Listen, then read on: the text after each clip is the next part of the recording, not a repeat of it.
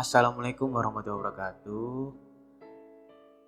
Ya, pada kesempatan ini di pertemuan ketiga ya, hitungannya ya. Kebetulan kalau di mata kuliah gambar teknik ada dua dosen, yaitu saya dan Pak Yusuf ya. Maka perkenalkan saya, yaitu nama saya adalah Anggara Trisna Nugraha. Bisa kalian panggil dengan Pak Angga. Saya home base-nya ada di D4 Teknik Kelistrikan Kapal. Jadi kebetulan yang saya ajar ini kan teman-teman D3 PE ya, atau D3 TKK. Nah, selamat datang untuk mahasiswa baru. Jadi salam kenal ya. Santai aja, sama Bapak ini nyantai kok, tapi serius. Oke, jadi pada hari ini kita santai-santai dulu aja. Pada pertemuan ini, yang pertama adalah kita perkenalan. Kalau kemarin mungkin ya perkenalan dari Pak Alma, kemudian ada di pertemuan berikutnya mulai materi juga. Kalau saya di pertemuan pertama ini kita perkenalan, nanti pertemuan kedua kita masuk materi ya. Jadi ini saya terangkan rule mainnya di kelas saya ketika saya mengajar. Oke, tolong diperhatikan baik-baik tata mainnya. Kalau Bapak sih santai ya, jadi bisa kita diskusikan baik di LMS atau by WA. Kalau dirasa sudah cukup di LMS ya di LMS saja. Atau kalau kita bisa sharing-sharing via Google Meet, boleh. Saya menyesuaikan waktunya. Oke, lanjut ya. Oke, kita lanjut di slide berikutnya.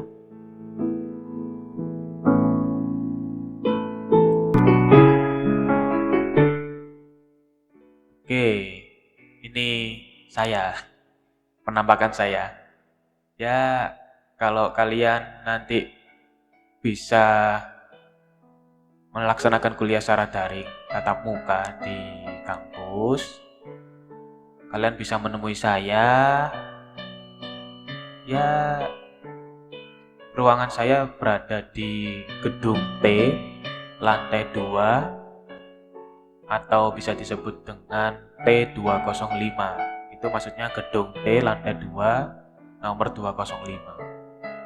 Jadi di lantai 2 paling ujung. Oke. Ini sedikit profil dari saya.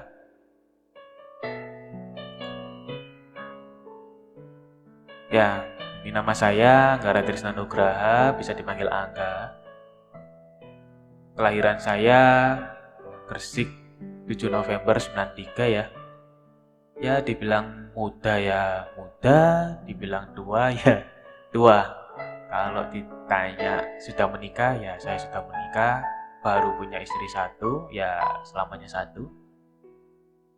Dan sudah punya putra satu yang masih lucu sekali.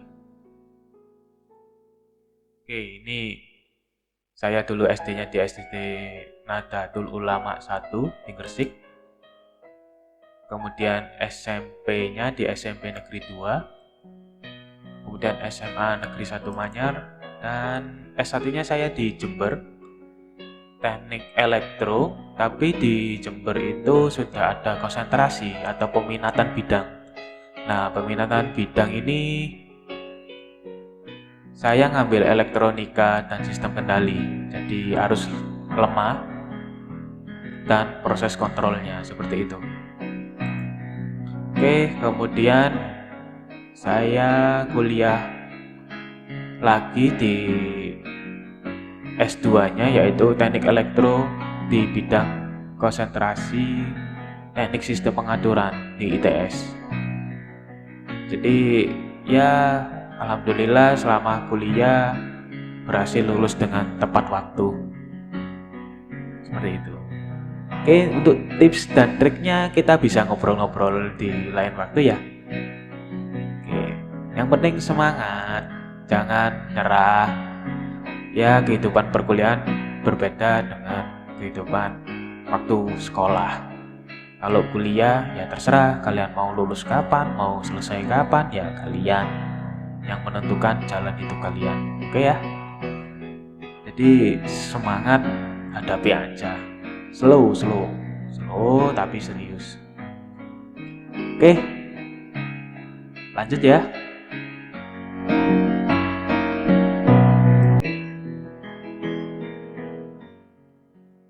Oke, berikutnya ini adalah beberapa penelitian saya waktu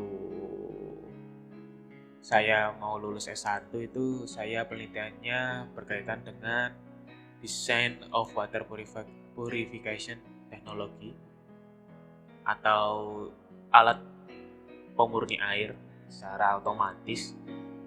Jadi konsepnya ya gampang, bagaimana merubah penjernihan yang sederhana yang menggunakan serabut kelapa, kemudian zeolit, pasir, seperti itu, terus dibikin sistem otomatisnya.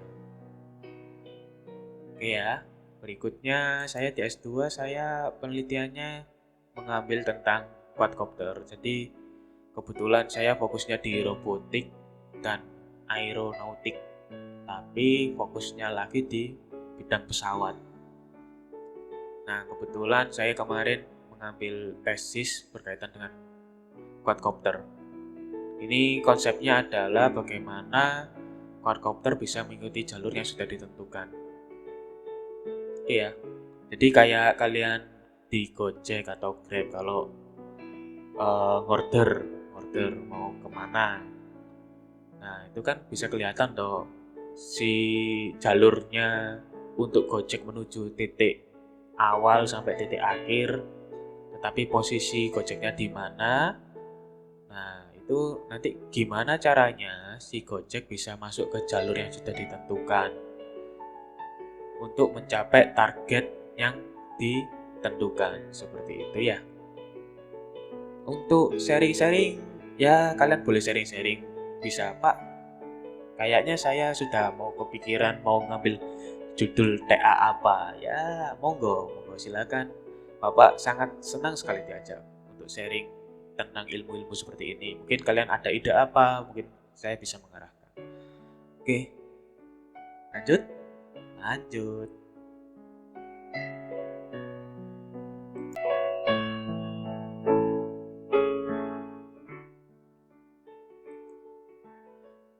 Oke, ini kontrak belajar. Kalau kontrak belajar ini biasanya saya lakukan ketika nanti kalian melakukan proses pembelajaran di kampus ya. Jadi bisa seperti ini kontrak belajar. Ya standar, kalian harus berpakaian sopan dan rapi. Dalam arti ya berkemeja, bercelana. Ya masa nggak bercelana? Oke ya, terus bersepatu, rambut tertata, rapi. Kemudian kalau Bapak itu agak kurang setuju untuk memfoto slide. Ya biasanya Bapak kasih sih daripada difoto hanya sekedar foto tapi tidak dibaca lagi. Jadi ya mending tidak usah difoto. Terus di perkuliahan ya gunakan gadget seperlunya. Nah, semisal nanti kalian online tiba-tiba Bapak, ayo kita online nih, pakai Google Meet. Ya tolong dimanfaatkan benar-benar saat online, ya usahakan tidak bermain HP seperti itu. Toh yang rugi kalian, kalau Bapak nggak rugi sih, hitungannya Bapak belajar, Bapak menyampaikan, ilmu juga masih dapat, dan yang penting Bapak juga masih dapat gajian. Kalau kalian ya rugi lah. Oke, yang ketiga adalah gunakan bahasa yang sopan saat menghubungi dosen atau saat bertanya. Jadi attitude Bapak junjung tinggi. Kalau kalian pinter sepinter apapun, kalau attitude-nya kurang ya Bapak akan menilainya juga kurang. Oke, lanjut ya. Nah, ini aturan umum sih, diizinkan mengikuti UTS, UAS, dan ujian perbaikan atau UP jika mengikuti kuliah sekurang-kurangnya minim 80% dari total pertemuan.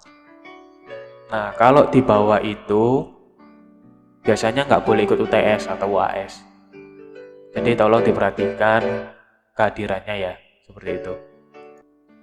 Oke, berikutnya adalah tugas dikumpulkan tepat waktu. Ya, pasti kadang Bapak ngasihkannya di LMS atau bisa lewat classroom. Jadi kalau Bapak itu ngajarnya banyak media, jadi siap-siap saja yang dipersiapkan apa aja, seperti itu. Jadi ini tugas dikumpulkan tepat waktu, jadi benar-benar harus diperhatikan. Bapak memberikan tenggat atau batasan waktu pengerjaan berakhir kapan. Bapak tidak akan mentolerir sedikit pun kalau ada keterlambatan. Oke, kemudian kalau semisal Bapak butuh yang harus ditulis tangan, ya tugas kalian scan, kemudian di save pada PDF dan dikumpulkan di PC kelas. Itu jika nanti luring. Kalaupun nggak luring ya mungkin ya tetap di scan, nanti kirimkan di email atau di classroom ya. Biasanya Bapak bikinnya seperti itu. Kalau di email ya kirim di email anggaranugraha@ppns.ac.id, seperti itu. Oke, jelas ya? Lanjut. Penilaian. Penilaian ini standar. Rata-rata dosen-dosen seperti ini, jadi UTS 30%, UAS 40%, tugas dan kuis 20%, keaktifan 10%. Tidak ada nego. Oke, lanjut di slide berikutnya.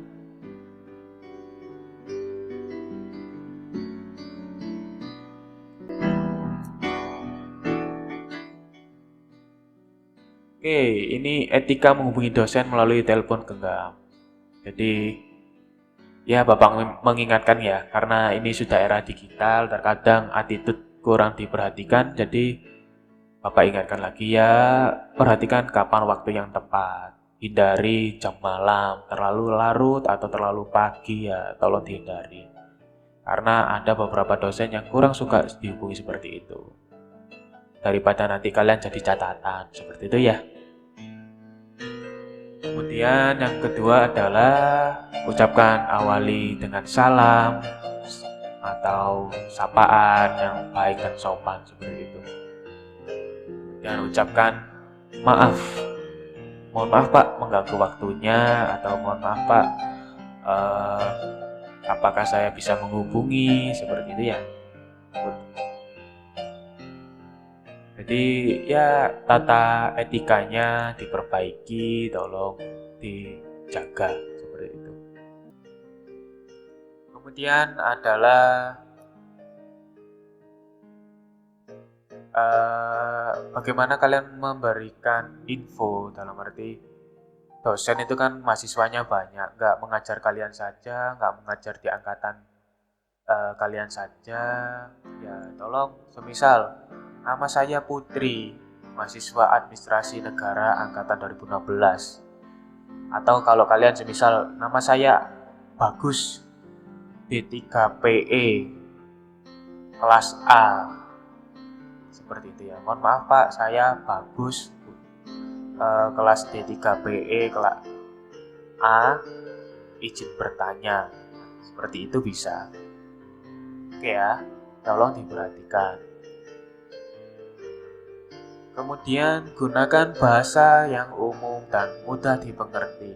Jadi pakai bahasa yang umum yang sekiranya gampanglah dimengerti oleh si pembaca atau dosen yang kalian hubungi. Oke, lanjut di slide selanjutnya.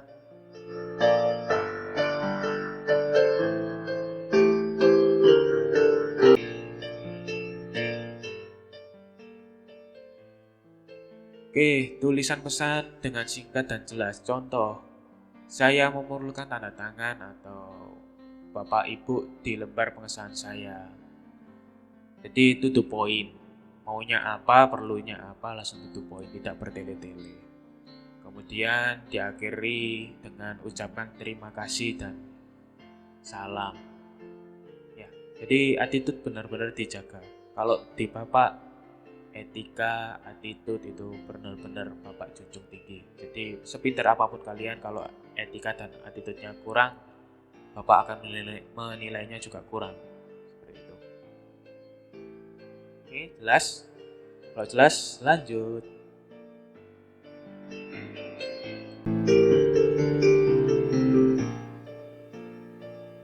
Oke, contoh lengkapnya ya. Selamat pagi Bapak Ibu. Mohon maaf mengganggu waktunya. Saya Putri, mahasiswa Administrasi Negara angkatan 2015 yang saat ini sedang menulis skripsi. Dan Bapak atau Ibu sebagai pembimbingnya. Saat ini saya membutuhkan tanda tangan Bapak atau Ibu pada lembar pengesahan saya. Kapan sekiranya saya bisa memenuhi Bapak atau Ibu? Terima kasih. Jadi ada salam, ada permohonan maaf, ada pengenalan, ada info atau keperluan apa yang to the point, kemudian dia akhiri dengan terima kasih atau salam.